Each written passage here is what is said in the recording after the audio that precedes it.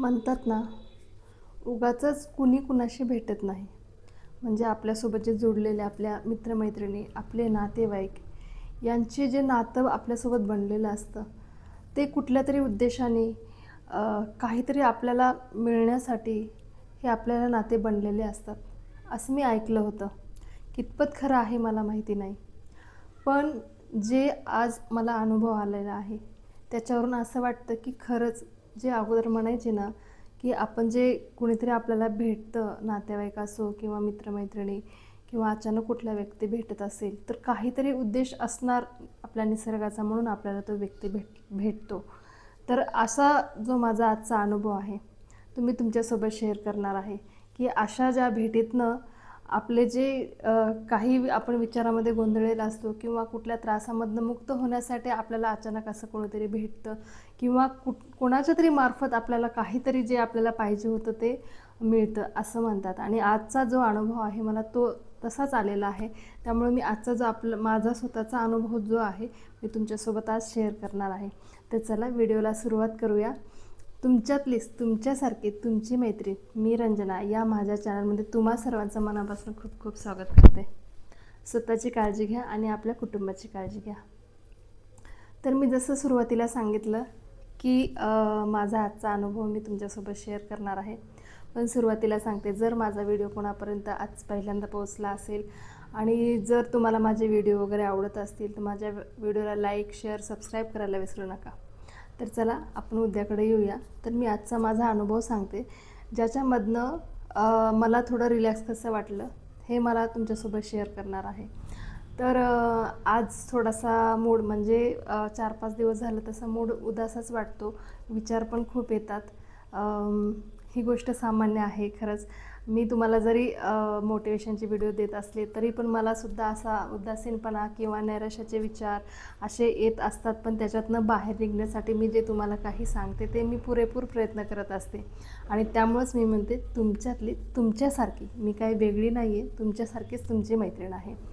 तर चला, माझा आजचा अनुभव असा होता की एक 4-5 दिवस झालं मला थोडंसं उदास वाटतं, निराश वाटतं. कशामुळं वाटतं हे मला माहिती नाही. की म्हणतात की मोनोपॉजच्या दिवसामध्ये काही आपल्याला अशी चिडचिड होतात किंवा MC पिरियड्समध्ये होतात. कशामुळं होतात हे मला काही अजून समजून येत नाही. जर ह्याच्यामुळे येत असतील तर खरंच असा अनुभव कोणाचा असेल तर मला कमेंट बॉक्समध्ये नक्की सांगा की मोनोपॉजमुळं किंवा या पिरियड्समुळं आपल्याला खरेच असे अनुभव येतात का? मला हे ऐकायला खरंच खूप आवडेल, जेणेकरून मलासुद्धा काही याच्यातनं मदत होईल आणि असं वाटेल की आपले पण लक्षणं अशी काही आहेत. तर माझी चिडचिड होते आहे आणि आजचा दिवस तर मला म्हणजे खूप निराशेचा वाटत होता. ज्यावेळेस मी पार्लरमध्ये जात होते त्यावेळेस मला खूप असा विचाराचा गोंधळ माझ्या डोक्यामध्ये होता.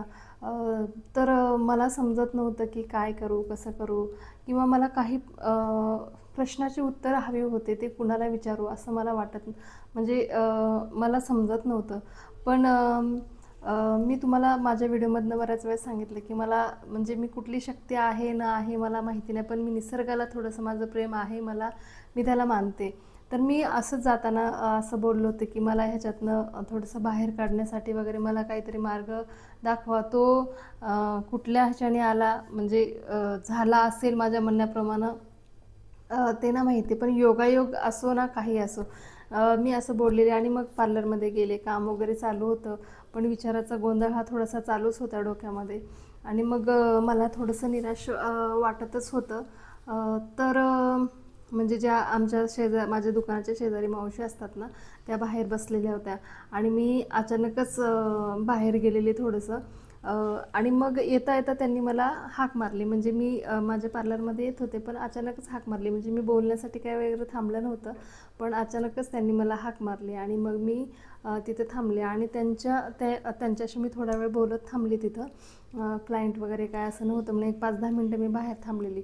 पण त्यांच्यामध्ये जो संवाद झाला, म्हणजे त्यांच्या आणि माझ्यामध्ये जो संवाद झाला ना, त्याच्यामधनं मला असं वाटलं की जे प्रश्न मला पडले होते, ज्यांची उत्तर शोधण्यासाठी मी चलबिचल होत होती, बऱ्यापैकी मला त्या प्रश्नाची उत्तरं त्या काकूकडनं मिळाली.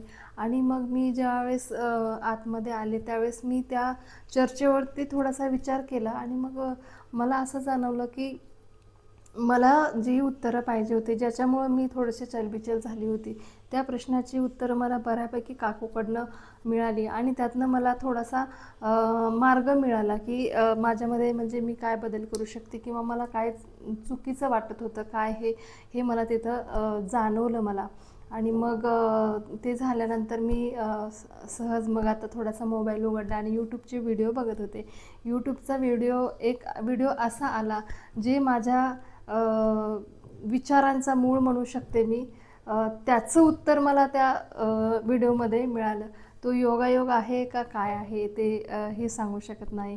आणि त्या व्हिडिओमुळं मला खूप छान वाटलं आणि त्या विचारांच्या गोंधळामधून मी बऱ्यापैकी बाहेर निघाले आणि मला रिलॅक्स वाटायला लागलं, छान वाटायला लागलं. जे 4-5 दिवसापासून घालमेल चालू होती ती बऱ्यापैकी मला तिथं कमी जाणवली.